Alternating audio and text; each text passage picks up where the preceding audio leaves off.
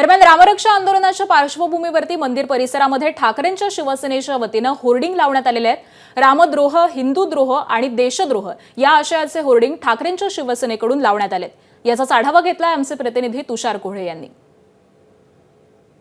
उद्धव बाळासाहेब ठाकरे यांच्या पक्षाच्या वतीने आज नागपूरच्या रामनगर येथील राम मंदिरामध्ये रामरक्षा पठणाचा कार्यक्रम आयोजित करण्यात आलेला आहे आणि त्या पार्श्वभूमीवर त्यांनी शहरभरामध्ये होर्डिंगबाजी केल्याचं आपल्याला पाहायला मिळत आहे। आपण बघू शकतो की बाजीप्रभू चौकामध्ये जे होर्डिंग लावण्यात आलेलं आहे त्या होर्डिंगवरचा जो मजकूर बघितला, रामद्रोह, हिंदूद्रोह म्हणजेच देशद्रोह, कुठेतरी एक प्रकारे भाजप असेल किंवा संघ परिवाराला अयोध्येचे जो सगळा प्रकार घडला तिथल्या राम मंदिरामध्ये त्याला घेऊन डिवचण्याचा प्रयत्न होताना पाहायला मिळत आहे। आणि स्पष्टपणे लिहिलेला या होर्डिंगमध्ये की श्री राम मंदिर दान लुटी विरोधात राम रक्षा महाआरती, म्हणजे एक प्रकारे आज रामनगरच्या राम मंदिरामध्ये जो कार्यक्रम आहे त्यांनी धार्मिक कार्यक्रमाची परवानगी मागितली आहे। तिथे रामरक्षा पठण होणार आहे, मात्र ते अयोध्येमध्ये जी दान चोरी झाली त्याविरोधात असल्याचं स्पष्ट आपल्याला इथे पाहायला मिळतं आणि तशा प्रकारचे होर्डिंग देखील लागलेले आहे।